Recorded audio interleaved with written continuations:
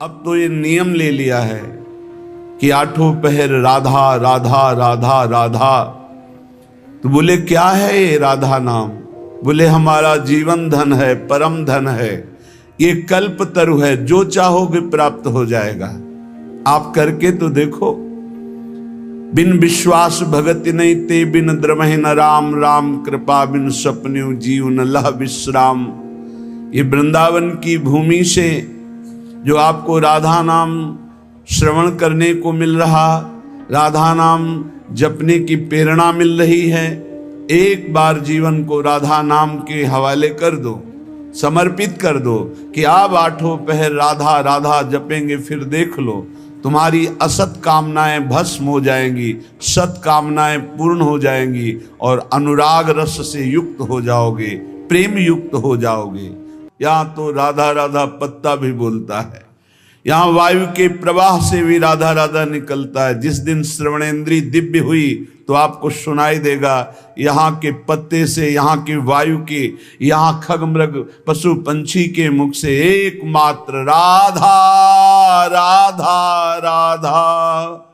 दर्शैसी वृंदावन धाम। दूसरा अर्थ, जो राधा राधा राधा ऐसा बोलता है उसके नेत्रों के सामने दिव्य वृंदावन प्रकाशित हो जाता है। जहां दिव्य धाम वहीं दिव्य रूप, वहीं दिव्य लीला। ललित किशोरी देव जी कह रहे हैं अब तो आठों पहर केवल राधा राधा राधा। यहां छाती के अंदर लिख लो, हृदय रूपी कागज में लिख लो राधा, और हर समय उसे बांचते रहो, राधा राधा राधा राधा। बहुत सुंदर साधन है। हृदय में राधा नाम लिख लो, आंख मूंदो तो आपको दिखाई देना चाहिए सामने तेजों में राधा नाम, आंख खोले तो राधा नाम, और उसी को बार बार गाते रहो, सुनते रहो।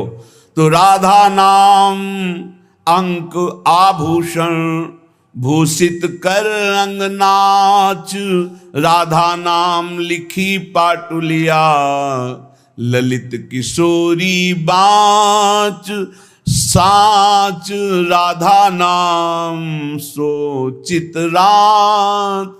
परम सत्य राधा नाम से चित्त को जोड़ दो, राधा नाम के गीत गा करके नाचो, राधा नाम को बार बार हृदय में मानस पटल पर लिख करके बांचो। इसी से परम अनुराग प्रकट हो जाएगा, जो चाहोगे वो प्राप्त हो जाएगा। राधा नाम ही सोना तो जाके नाम लेत प्रीतम सो, परत प्रीति को खातो। जो बोलता है राधा, प्रेम परवश होकर प्रीतम उसके जन्म जन्मांतर खाते को फेंक देते, नष्ट कर देते हैं। जो श्लोक में वही पद में, अनुलिख्या अनंतान तदपराधान मधुपतिर महाप्रेमाविष्टम तो परम देयम विंशति। क्या इसे दूं? ये मुझे राधा नाम सुनाया, इसे क्या दूं? ऐसा श्री कृष्ण विवश होकर उसके लिखे हुए अनंत जन्मों के अपराध सब नष्ट कर देते हैं। जो विश्वास करे, खास बात है विश्वास की। ललित किशोरी पहले ते मन लातो। हाय बड़ा समय व्यर्थ चला गया, मुझे बचपन से क्यों राधा नाम सुनने को नहीं मिला, केवल राधा नाम ही रटता। कितना समय चला गया, इसके बाद परिचय में राधा नाम आया। ललित किशोरी जी कह रहे हैं यदि अब विश्वास हो जाए तो अब पकड़ लो राधा नाम, तो क्या होगा? होयो कुंज निवास। तुम कहीं भी शरीर रखो, तुम्हारा मन निकुंज में रहेगा। जगत क्यों जन्म जन्म भर मातो, राधा नाम ही सोना तो। ये जन्म मरण का चक्र बंद हो जाएगा, नवनिवृत्त निकुंज तुम्हारे नेत्रों में दर्शाने लगेगा। यदि राधा राधा बोलोगी तो प्रीतम तुम्हारे अनंत जन्मों के पापों का लेखा जोखा नष्ट कर देंगे। राधा नाम को उर्धार मिली है रसिक मुकुटमणि मोहन, आप ही कुंजन द्वार।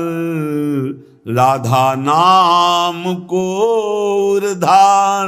यदि राधा राधा राधा ऐसा बोले तो श्री कृष्ण हर समय तुम्हारे साथ है और निकुंज द्वार में तुम्हारा अद्भुत स्वागत होगा। राधा नाम जापक को दिव्य चिदानंद वृंदावन धाम में प्रवेश मिलेगा, उसका स्वागत होगा। आठों जाम छकेंगी अखियां छवि निकुंज बिहार, ललित किशोरी फीके परि हैं सर्वस सुख संसार, परम धन राधा नाम उर्धार। हे उपासक, यदि आठों पहर राधा राधा जपोगे तो तुम्हारे नेत्र छक जाएंगे, जुगल माधुरी तुम्हारे नेत्रों में भर जाएगी, अर्थात प्रिया प्रीतम का साक्षात्कार हो जाएगा। ललित किशोरी जी कहते हैं संसार के समस्त भोग आकर्षण ये सब फीके हो जाएंगे जितना अधिक तुम नाम राधा नाम जप करोगे। राधा नाम को आधार, आहा रसिक लालवर इसे रटत निरंतर, जान सार को सार राधा नाम को आधार। परम सार आत्म तत्व, आत्म तत्व के परम सार परमात्म तत्व श्री कृष्ण, श्री कृष्ण का परम सार राधा किशोरी। इसीलिए परम सार जानकर स्वयं हरि श्री कृष्ण राधा राधा राधा रटत निरंतर, निरंतर राधा स्मृति में। तो राधा किशोरी श्याम श्यामेति सुंदर वरेति मनोहरेति, कंदर्प कोटि ललितेति सुनागरेति। निरंतर श्याम सुंदर विविध नाम प्रभु के रटते हुए अशुभ प्रवाह लाडली करती हैं, तो राधा राधा रटते हुए स्मृति में लालजू डूबे हुए हैं। चाहे जितने तुम जैसे नीच पामर हो, कुछ भी अपराध बन गया हो, अब चिंता मत करो, अब लो नशानी अब ना नशई हो, आज तक की आप नहीं करूंगा, तो राधा नाम जप करो, आपका सब ठीक हो जाएगा। किसी की मत सुनो, सब अपनी अपनी अलग भिन्न भिन्न मति है, भिन्न भिन्न गति है। सत्य है ब्रज 84 कोश परम धाम श्री लालजू का। कोई किसी भी संप्रदाय का कहीं का भी हो, क्या ये नहीं जानता कि ब्रज 84 कोश महामहिम धन है। कल एक महामुनि जैन मुनि जी पधारे तो उनका अहोभाग्य हमें आज श्री कृष्ण की लीला भूमि में प्रवेश मिला, शायद जीवन में दोबारा आने को मिले कि ना मिले। अच्छा लगा। सब कौन ऐसा है त्रिभुवन में जो इस ब्रज भूमि और वृंदावन धाम की, और फिर बिहारी जी के दर्शन को गए, यहाँ की रज माथे पे लगाई, अहोभाग्य बार बार ऐसे बोल रहे थे। ये चाहे जितना कोई गुणहीन मलिन दीन हो, यदि ये नियम ले ले कि अब लो नशानी अब ना नशई हो और राधा राधा राधा रटे, तो उसे निरंतर श्री लालजू के सानिध्य का अनुभव होने लगेगा, सारे दुख मिट जाएंगे और सच्चिदानंद प्रेम रस में डूब जाएगा।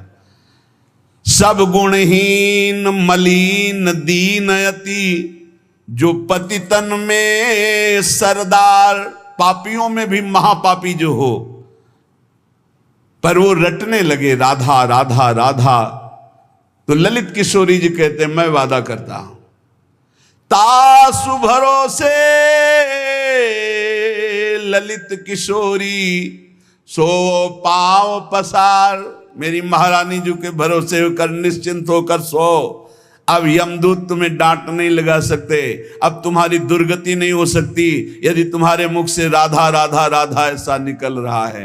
राधा नाम की गति न्यारी, सपने हूं रसना पर आवत जो, तो विवश बनत हैं कुंज बिहारी। जागृत की राधा राधा कौन कहे, अगर स्वप्न में निकल जाए राधा तो कुंज बिहारी विवश होकर उसके अधीन हो जाते हैं। मान लीजिए तो आप निहाल हो जाएंगे। ये किसी स्वार्थवश महापुरुष नहीं कह रहे, तुम्हारे पास कुछ नहीं देने के लिए, जो है वो सब नाशवान है। उस नाशवान को जिसे तुम महत्व दे रहे हो, इस मार्ग में चलने वाला पथिक पहले कदम पर उसको नष्ट कर देता है। उस वासना को नष्ट कर देता है, उस आश्रय को नष्ट कर देता है, उस चाहत को नष्ट कर देता है जो इस नाशवान की हो। बाद में व्यवहार में तुम देखते हुए उसे नहीं समझ सकते आंतरिक स्थिति को। राधा नाम की गति न्यारी, सपने हूं रसना पर आवत जो राधा, तो विवश बनत है कुंज बिहारी। बनत हैं, यद्यपि वो विवश नहीं है, परम स्वतंत्र समस्त शक्तियों के स्वामी, पर राधा नाम उन्हें विवश कर देता है, अधीन कर लेता है। सुंदर दिव्य किशोर वैष्णव, बानी मधुर रहत एक सारी। जो राधा राधा रटते हैं, एक दिन नवीन किशोर अवस्था के हमारे युगल सरकार गलवैया दिए हुए उससे बात करेंगे। बात मिलने की बात जाने दो, दर्शन की बात जाने दो, बात करेंगे कैसे हो, कैसा अपार वो सुखमय समय होगा जब मेरे प्राणाराध्य पूछेंगे कैसे हो, और हम दौड़कर उनके चरणों में लौट जाएंगे और वो दोनों एक एक बाह पकड़कर उठाएंगे। जन्म जन्मांतर की हमारी चाहत पूरी हो जाएगी। सुंदर दिव्य किशोर वैष्णव, बानी मधुर रहत एक सारी। राधा नाम की गति न्यारी। जो राधा राधा रटते हैं उन्हें अखंड वृंदावन वास प्राप्त होता है। आज नहीं प्राप्त, अगर हो रहा तो चिंता मत करो, शरीर छूटने के बाद यहीं आओगे, यहीं के हो। श्री वृंदावन वास निरंतर, पावत ललित किशोरी वारी। राधा नाम की गति न्यारी। ये सबसे अलग है राधा नाम। जो विश्वास करके राधा राधा हित धू जो विश्वास है, तब ही सुधरे बात। ना तो माया पंथ में फिरे जो टक्कर खात। यदि विश्वास है तो बात सुधर गई, विश्वास नहीं तो माया के टक्करों में चकनाचूर हो जाओगे। कभी काम, कभी क्रोध, कभी लोभ, कभी मोह, कभी मद। तुम्हारा जो साथ देने वाला है वही तुम्हें नष्ट कर देगा। हमारी बात को समझना। यदि भगवद आश्रय नहीं तो तुम्हारा कोई नहीं है, भगवद आश्रय है तो सब विरोध में हो तो भी तुम्हारा कोई बाल बाका नहीं कर सकता। अपनी स्थिति प्रभु में हो, सब बात बन गई। एक हाथी को उसका सेवा करने वाला बहुत जो दुलार करता था, उसे साइड में कर रहा था, एक छोटी छड़ी लेके ऐसे वर्षों से उसका पालन पोषण कर रहा था। काल सवार हो गया, सूंड से पटक दिया और जैसे परेठा पलट पलट के बनाया जाता है ऐसे उसको चकनाचूर कर दिया, लातों से रख रख कर मार कर।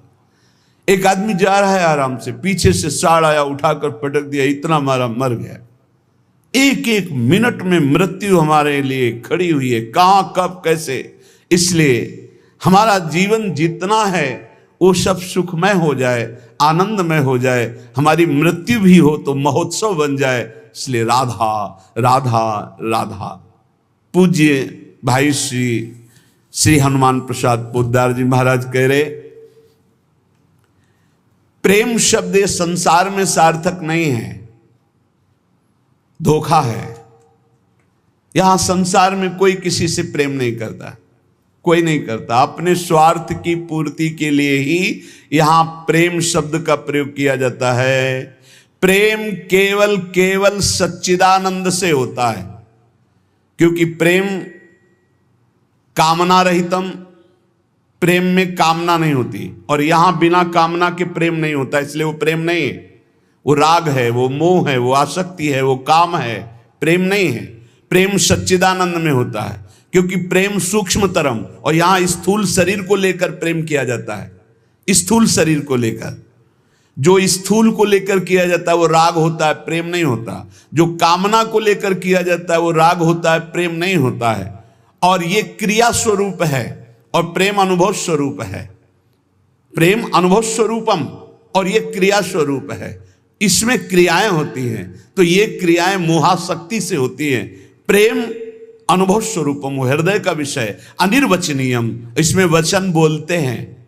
जहां एक दूसरे के प्रति मैं तुम्हें बहुत प्यार करता हूं, क्यों? उसको प्रभावित करके अपनी वासना की पूर्ति करना है। इसलिए चाहे कोई वासना हो, कोई स्वार्थ हो, कोई किसी से मित्रता करता है तो बीच में गंदगी होती है, निज सुख, गंदगी होती है, अपनी भावना को पोषण करना, अपने स्वार्थ का पोषण करना, अपनी वासना का पोषण करना। अगर ये गंदगी निकल जाए तो सच्चिदानंद प्रेम कहीं भी कर ले तो भगवान की प्राप्ति हो जाए। पर स्वसुख वांछा रूपी गंदगी का त्याग, जो अपने सुख को भोगने के लिए दूसरे से प्यार का शब्द प्रयोग किया जाता है, ये राग है, ये काम है, ये मलिन वासना है, ये प्यार नहीं है, ये मदांध है। को मदांधो मदनातुरोवा, ये काम से व्याकुल पुरुष ऐसा बोलता है। अपनी कामना की पूर्ति, काम का तात्पर्य केवल एक जनेंद्री जन्य नहीं है, हर इंद्री की कामना से युक्त होकर जो किसी से बोला जाता है मैं तुम्हें बहुत प्यार करता हूं, ये केवल वासना का केवल सूचक है। क्योंकि अनिर्वचनीयम प्रेम स्वरूपम, प्रेम कभी कहा नहीं जा सकता कि मैं तुम्हें बहुत प्यार करता हूं। इसलिए प्रेम सार्थक होता है सच्चिदानंद भगवान में। प्रेम शब्द केवल लगता है भगवान में, और यहां जो भी होता है वो राग होता है, काम होता है, आसक्ति होती है, मोह होता है। प्रेम शब्द श्री भगवान में सार्थक होता है, समझ लीजिए। जहां भी प्रेम कोई कहे कि हम आपसे प्रेम करते, तो समझ लेना बहुत कोई न कोई स्वार्थ बुद्धि है, कोई न कोई वासना बुद्धि है, कोई न कोई अपने सुख की बात ये देख रहा है मेरे में, इसलिए कह रहा है मैं तुम्हें बहुत प्यार करता हूं। प्रेम विशुद्ध होता है, कामना मलिन होती है। प्रेम निस्वार्थ होता है और कामना स्वार्थ युक्त होती है। यहां कौन निस्वार्थ प्रेम करता है? यहां कौन विशुद्ध प्रेम करता है? उज्जवल होता है प्रेम और काम मलिन होता है। प्रेम इंद्रियातीत है और काम इंद्रियों से होता है। तो ये प्रेम सार्थक होता है सिर्फ श्री भगवान में। जो आपको बोले कि मैं आपको बहुत प्यार करता हूं, तो समझ लेना ये वासना का खेल खेलने का षड्यंत्र है, ना कि प्रेम। आज इसी षड्यंत्र में फंसकर अपने चरित्र को, अपने जीवन को दूषित किया जाता है और कहा जाता है प्रेमी हैं हम। प्रेमी, प्रेम शब्द को कलंकित किया जाता है। वही प्रेमी हितधाम में थे तो एक जोड़ी आई, उन्होंने कहा कि हमने लव मैरिज किया है, आशीर्वाद दीजिए। बढ़िया है। एक साल बाद अकेले दिखाई दिया हमको, भाई अकेले आए आप? बोले तलाक हो गई है। यह है प्रेम। दूसरा मिल गया कोई स्वार्थ पूर्ति के लिए, उससे अच्छा अपनी भावना में, खत्म प्रेम। स्वार्थ की पूर्ति को संसार में प्रेम कहा जाता है। इसलिए प्रेम शब्द को गंदा न करो। प्रेम केवल अंतर में विराजमान निरंतर जिनकी सत्ता है उन श्री भगवान से होता है। जब प्रेम होने लगता है तो दूसरी समस्त वस्तुओं से, समस्त स्थितियों से मन हटने लगता है। केवल प्रीतम ही प्रीतम सुहाते हैं। ऐसा कामी पुरुष को भी होता है, ऐसा कामिनी को भी होता है। बस बिल्कुल नजदीकी है काम और प्रेम में, पर प्रेम निर्मल भास्कर है और ये घोर अंधकार है। इसलिए गोस्वामी जी ने बहुत समझ कर मांगा कि काम ही नारी प्यारी जिम, लोभी जिम प्रिय दाम, तिमि रघुनाथ निरंतर प्रिय लागो मोहिराम। हमारा आपसे प्रीता कैसी हो? जैसे कामी पुरुष की कामिनी में होती है, जैसे कामिनी की कामी पुरुष में होती है, ऐसे हे नाथ मेरी चित्तवृत्ति निरंतर आप में लगी रहे। प्रेम तभी माना जाता है जब अपनी शुद्धि भूल जाए और केवल प्रेमी की याद रहे। और यहां अपनी शुद्धि रहती है। अपनी शुद्धि के द्वारा अपनी वासना की पूर्ति को यहां प्रेम कहा जाता है। इसलिए नाटक है, प्रेम नहीं है। बिल्कुल कोरा नाटक है। बहुत विचित्र विचित्र गति, बहुत विचित्र गति।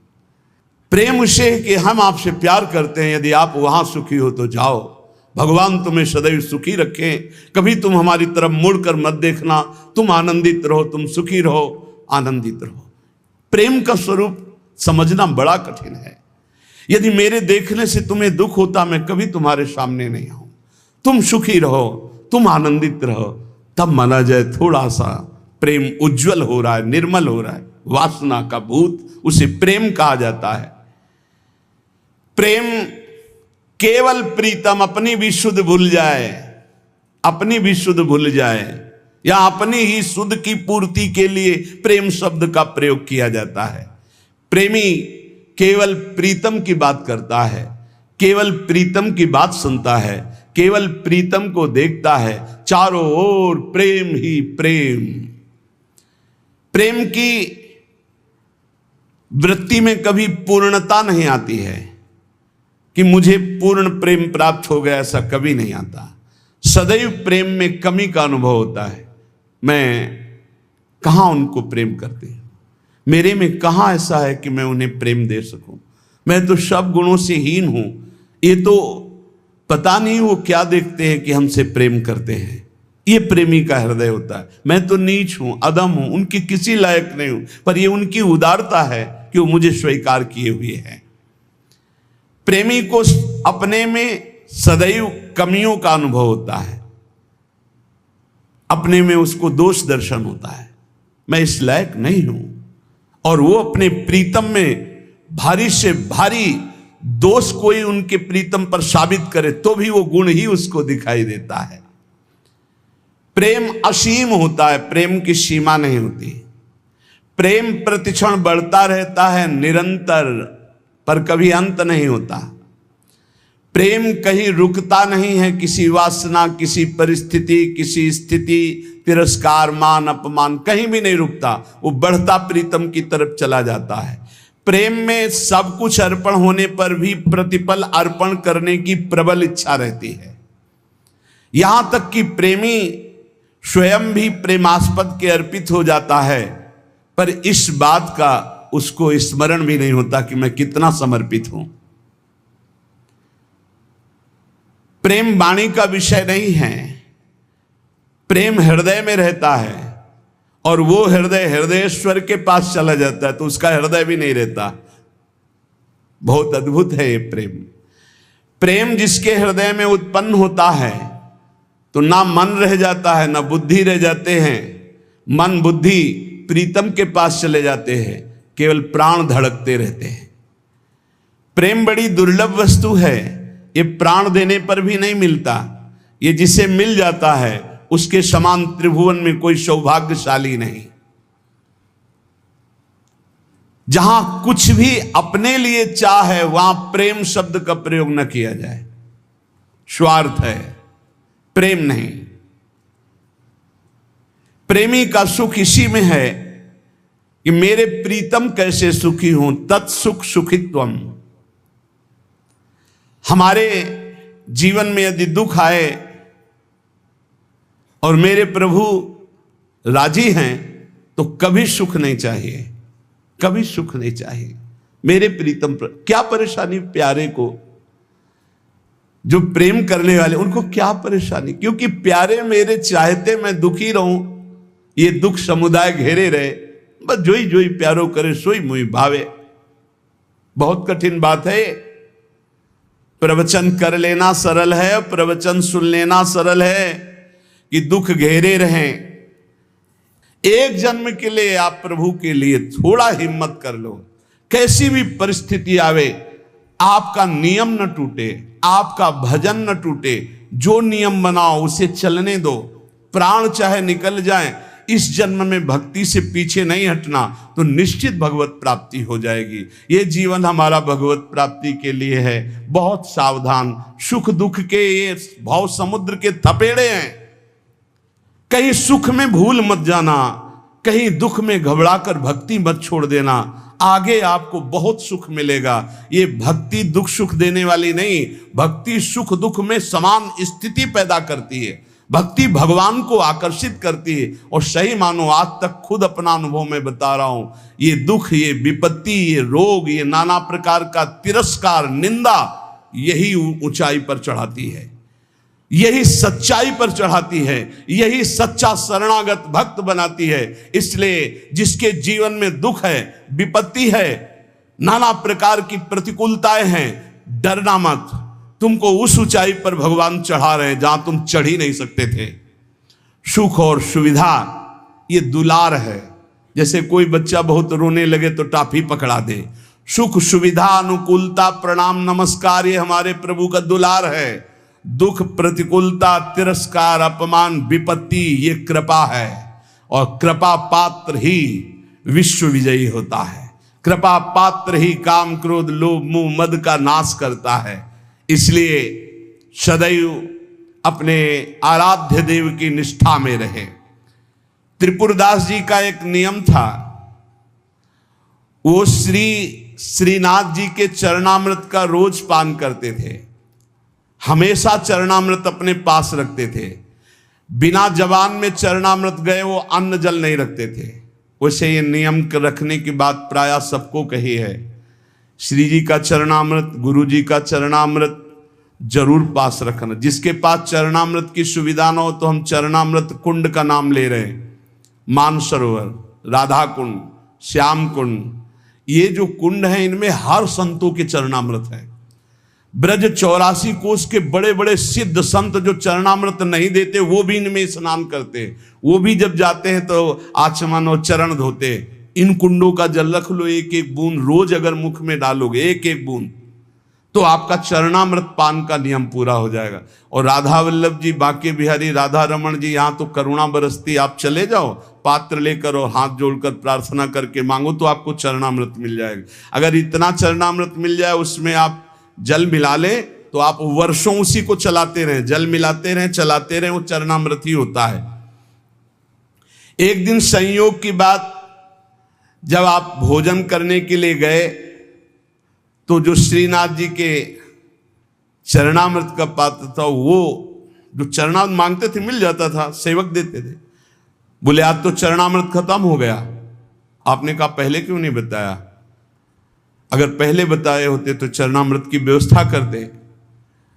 तो ठीक है ठाकुर जी को भोग लगा दो, अब हम प्रसाद नहीं पाएंगे जब तक चरणामृत नहीं। ये पूज्य श्रीधर बाबा जी को हमने नियम देखा कि वयोवृद्ध थे, 3 बजे आसन पे बैठते प्रातःकालीन और 1 बजे तक जप करते। 1 बजे के बाद 2 साधक उनको उठाकर ले जाते परिक्रमा मार्ग में। वो साष्टांग दंडवत लोटपोट होते, फिर आते अपने ठाकुर जी की 4 परिक्रमा करते। इसके बाद हाथ जोड़कर मंदिर में चरणामृत लेते। और जब चरणामृत जिस दिन, एक तो प्रायः रहता है ऐसा कभी हो गया कि कोई दूसरा भगत जो उनकी नियम निष्ठा को नहीं जानता सब बट गया, तो बोले बाबा चरणामृत तो बट गया, 1 बूंद पानी नहीं पिएंगे। अब फिर 1 बजे वही प्रक्रिया करके चरणामृत मिलेगा तब पानी पिएंगे, तब भोजन कर। ऐसी भक्तों में निष्ठा। तो उन्होंने कहा मैं दरबार जा रहा हूं, तुम लोग श्री ठाकुर जी को भोग लगाकर प्रसाद पा लेना, अब मेरी प्रतीक्षा मत करना, क्योंकि जब तक चरणामृत नहीं तो मैं ठाकुर जी का प्रसाद भी नहीं पाऊंगा। मन में निश्चय किया कि यदि चरणामृत श्रीनाथ जी का नहीं मिला तो चाहे प्राण निकल जाए कभी कुछ जबान पे नहीं रखूंगा। चरणामृत के बिना मेरा जीवन किस काम का। रसोईया अपने कार्य में लग गया। इतने में स्वयं श्रीनाथ जी 10 वर्ष के बालक का रूप रहकर पात्र में चरणामृत अपना जतिपुरा से ले गए। वहां पहुंचे और कहा सुनो ये 3 पात्र रखे हैं, त्रिपुरदास जी को बता देना, इसमें श्रीनाथ जी का चरणामृत, इसमें महाप्रभु वल्लभाचार्य जी का चरणामृत, और ये तीसरे पात्र में श्रीनाथ जी का उच्छिष्टामृत। उनको बुला लो और पवाओ। और ये तीनों थैलियां भेजी गए। बालक ऐसा कह के चला गया। त्रिपुरदास जी को बुलाने के लिए गए। त्रिपुरदास जी दरबार में थे, एकांत में आए और उनका मैंने कहा था कि बिना चरणामृत के हम प्रसाद नहीं पाते, क्यों हमको तंग कर रहे हो? बोले नहीं, चरणामृत तो आपकी ही बात पहुंच गई है तो वहां से चरणामृत भेजा गया है। बोले कौन बालक चरणामृत लाया? बोले जय जय ने भेजा होगा। तो कितनी अवस्था था? 10-12 वर्ष की अवस्था। तो कहा अरे बालक नहीं था, साक्षात श्रीनाथ जी थे, साक्षात श्रीनाथ जी थे। जे ही अलौकिक चरणामृत का स्वाद, स्वयं श्रीनाथ जी ने अपना चरणामृत उतार, वल्लभाचार्य जी का चरणामृत और अपना उच्छिष्टामृत। जो साधक, जो भक्त निष्ठावान होते हैं तो ठाकुर जी उनकी निष्ठा की पूर्ति करते हैं। इसलिए अपने जीवन को भक्ति की निष्ठा में बांधिए। जो नियम लो, आजीवन प्राणपण उसका निर्वाह करो। ठाकुर सेवा का, संत सेवा का, चरणामृत का जो नियम लो, कुछ नियम जीवन में होने चाहिए, कुछ नियम होने चाहिए जो जीवन भर चलने चाहिए, चाहे बीमार हो चाहे जैसी स्थिति हो, वो नियमावली नहीं टूटना चाहिए। उन नियमावली से ही भगवान रीझ जाएंगे। नेम से ही प्रेम होता है और फिर प्रेम में कोई नेम नहीं रहता। इसलिए उपासक नियम पूर्वक, दृढ़ता पूर्वक भक्ति करे, खूब नाम जप करे और इसी जन्म में भगवत प्राप्ति करे, ऐसा दृढ़ निष्ठावान बने। शेष चर्चा आगे। श्री राधा वल्लभ लाल की।